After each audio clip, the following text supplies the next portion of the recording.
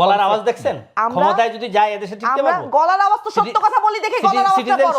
আপনারা তো পকেটে চুরির টাকা আছে বলে গলার আওয়াজটা ঠান্ডা, কারণ মাথাটা ঠান্ডা।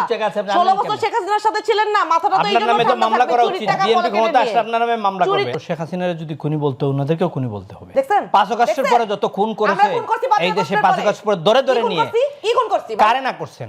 4বার জাতীয় পার্টির অফিসে গিয়ে মানুষ খুন করছেন। এখানে কে ভিতরে জলে মরছে? জাতীয় পার্টির অফিসে যখন হামলা হয়েছে আমরা যাই জাতীয় পার্টির অফিসে? একদম না। হাসনাত আব্দুল্লাহ তার ফেসবুকে দিয়ে বলেছে আসেন এখানে জাতীয় পার্টি করার জন্য। এনসিপি কিন্তু আপনাদের পক্ষে স্টেটমেন্টও দিয়েছে, যদিও আনুষ্ঠানিকভাবে না। বিএনপি বলেছে, বিএনপি মিথ্যাচার করতেছে এখানে। নাই কথা বলেন না, খামোকা মিথ্যাচার শব্দটা আপনি বললেন না। আপনারা এই দেশে যা করেছেন, খুন করতে বলতে হবে এখানে।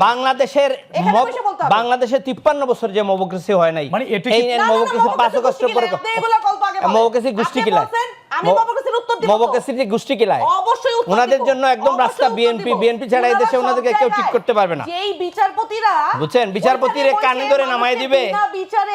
বিনা বিচারে মানুষকে সুষ্ঠুভাবে বিচার না কইলে, মানে 5 তারিখ পর্যন্ত 5 তারিখের পরে মবক্রেসি করে রাষ্ট্রপতি সরাইতে গেছিল, সেনাবাহিনী প্রধানকে সরাইতে গেছিল। এরপরে আমরা আপনার কাছ থেকে শুনবো ভাই, আপনার কাছ থেকে এখন যে পর্যায়ে গেছে এখন আর হচ্ছে না তো। এখন আর ওনাকে স্পেস দিলে আমার স্পেসে থাকবে না। আপনার কাছ থেকে শুনবো। আমি কথা বলতে পারবো না, উনি কথা বলবেন, ওনার ক্ষমতা বেশি। আমি এখন ছোট করে বলেন। শেখ হাসিনার আমলে টাকাগুলো পকেটে আছে না, ক্ষমতা বেশি তো কথা বলার অধিকারও বেশি। না প্লিজ আপনি বলুন। আমরা যেই বিচারপতিদের অপসারণ চেয়েছিলাম সেই বিচারপতিরা নিজ মুখে বলেছে যে আমরা শপথবদ্ধ রাজনীতিবিদ। তারা কি ন্যায় বিচার করেছে? বিএনপির ভাইরা যখন জেল খেটেছে তখন যারা জামিনের জন্য গিয়েছে জামিন দিয়েছে, অন্যায়ভাবে মিথ্যা মামলায় তাদেরকে জেল খাটতে হয় নাই? তারা লেজিটিমাইজ করেছে, জেল খাটতে হয় নাই? বিনা বিচারে জামাত বিএনপির নেতাদেরকে জেল খাটতে হয় নাই? সেই সময় এই বিচারপতিরা কি ন্যায় বিচার করছে? আমার নামে 4টা মামলা করছে। আমার নামে 4টা মামলা। আপনার নামে 40টা মামলা দেওয়া উচিত, কারণ আপনি খুনের দোষর, শুধু দোষর না। আমার আওয়ামী লীগের পরে আপনি এইখানে স্বাধীন বাংলাদেশে বসে আমাদেরকে বলেন খুনি, আমাদেরকে বলেন খুনি। একেবারে ছোট্ট করে মবক্রেসি এইটা উনাদের বানানো। গলার আওয়াজ দেখছেন? ক্ষমতায় যদি যায় এদেশে টিকতে পারবো? গলার আওয়াজ তো সত্য কথা বলি দেখে গলার আওয়াজটা বড়। আপনারা তো পকেটে চুরির টাকা আছে বলে গলার আওয়াজটা ঠান্ডা, কারণ মাথাটা ঠান্ডা। 16 বছর শেখ হাসিনার সাথে ছিলেন না, মাথাটা তো এইজন্য ঠান্ডা। মামলা করা উচিত, বিএনপি ক্ষমতা আসলে আপনার নামে মামলা করবে। আমরা ছোট্ট একটি বিদেশে থেকে ফিরে গেলাম। দর্শক আর কেবল প্রশ্নগুলো সহজ নিচ্ছি, ছোট্ট বিরতি, আমাদের সঙ্গেই থাকুন। এই মুহূর্তেও বিভিন্ন জায়গায় শেখ হাসিনার দুঃখে কান্দে। তারা এক ধরনের অপরাধী, তারা 15 বছর দুঃশাসনকে এক ধরনের লেজিটিমেসি দিয়েছে, কিন্তু আপনারা বলে আমারেও ডাকে নাই, তাদেরকেও ডাকে নাই, আমাদেরকেও নির্বাচন করতে দিতে চাইতেছে না, তাদেরকেও ছাড়া নির্বাচন হইলে নির্বাচন সুষ্ঠু হবে না।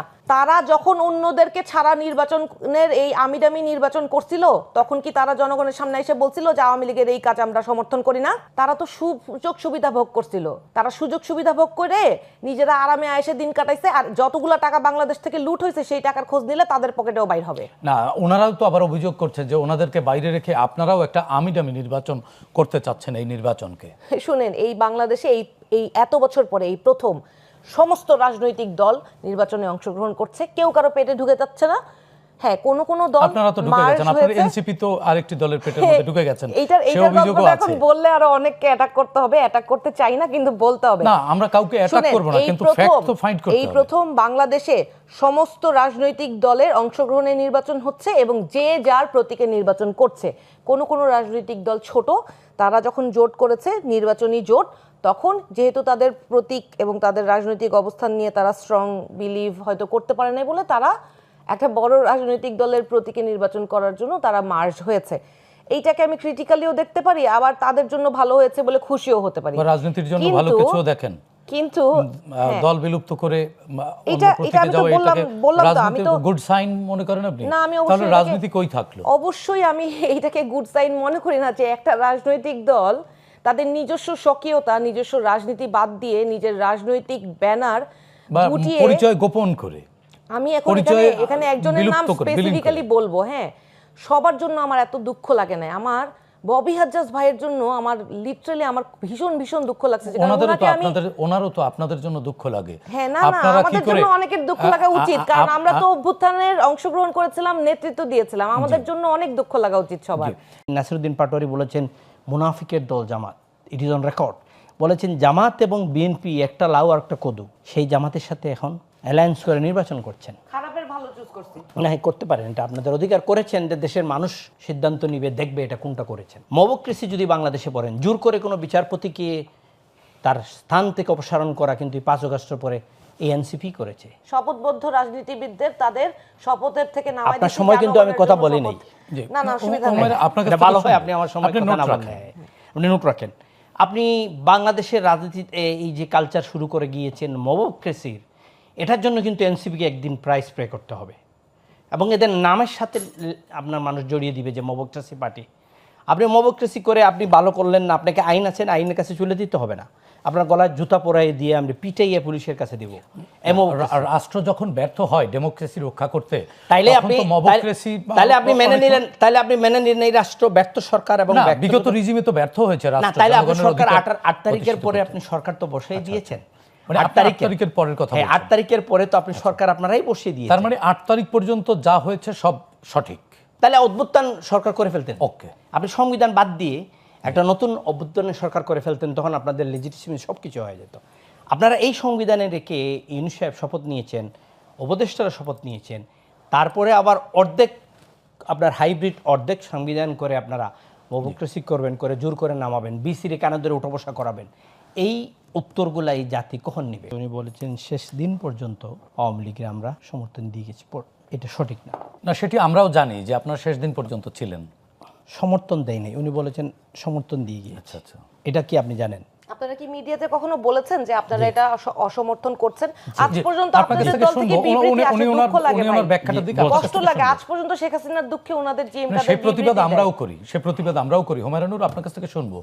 14 জুলাই যখন জামাতকে নিষিদ্ধ করা হলো রাজনৈতিক নির্দেশনায়, প্রজ্ঞাপন দিয়ে, ওইখানে কিন্তু 14 দল ছিল, আর আওয়ামী লীগ ছিল, জাতীয় পার্টি ওখানে ছিল না। জাতীয় পার্টি চেয়ারম্যান জিএম কাদের বলেছেন, আমরা কোনো রাজনৈতিক দলকে এক্সিকিউটিভ অর্ডারে নির্দেশনা দিয়ে বন্ধ করার পক্ষে নয়। বক্তব্য দিয়ে সৈয়দপুরে এয়ারপোর্টে নেমেও এই বক্তব্যটা দিয়েছেন। এই আন্দোলনের পক্ষে জিএম কাদের বক্তব্য অজস্র আছে, যে উনি বলেছেন না, ছাত্রদের ন্যায্য আন্দোলন সুন্দর করে বসে কথা বলে এটা সমাধান করার প্রয়োজন। এইটাদের পক্ষে আমাদের সমর্থন যে না, তার প্রমাণ হলো আমাদের ছাত্র সমাজের যে সভাপতি ছিল মামুন, যে ছেলেটা আজকে জামাতে যোগদান করে জামাতে চলে গেছে, জামাতিরা ওনারা নিছে, বক্তব্য দিছে কালকে, আপনি রংপুরে দেখেছেন যে ছেলেটা মামুন, এটা কি আমাদের ছাত্র সমাজ সভাপতি ছিল।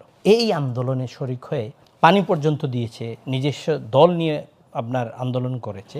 আরিফ নামে আমাদের একটি ছেলে 14 দিন জেল কেটেছে আপনাদের রংপুরে, আমাদের এই আন্দোলনের পক্ষে ছাত্রদের জন্য। আমরা শেষ দিন পর্যন্ত কখনো সরকারের পক্ষে ছিলাম না, এই কথাটা ঠিক না।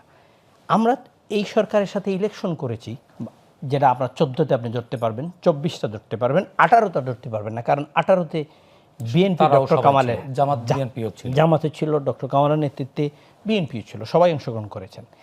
আমাদের এই 14র জন্য আপনি প্রশ্ন করতে পারেন, নিশ্চয়ই এটা প্রশ্ন করার প্রয়োজন, এবং আমি মনে করি ছোট করে বলতে হবে। আমার আরো একটু প্রশ্ন আছে আপনাদের দুজনের কাছে। দ্বিতীয় হলো, আমার এই যে হুমায়রা বলছেন যে এই দলটাদের নিয়ে এই দলটা কী ধরনের ফেসিবাদকে সহযোগিতা করেছে। আমি যদি নির্বাচন করে এই সরকারের সাথে থাকি, বর্তমান নির্বাচন কমিশন এবং সরকার নিয়েই তো আগামী দিনে আর একটা প্রশ্ন তৈরি হচ্ছে। বর্তমান নির্বাচন যে সরকার বসেছে, বলেছে যে আমরা নিয়োগ করতে ছাত্রদের, সেই ছাত্ররা গিয়ে কিন্তু জাতীয় পার্টির অফিস 4 বার পুড়তে চেষ্টা করেছে।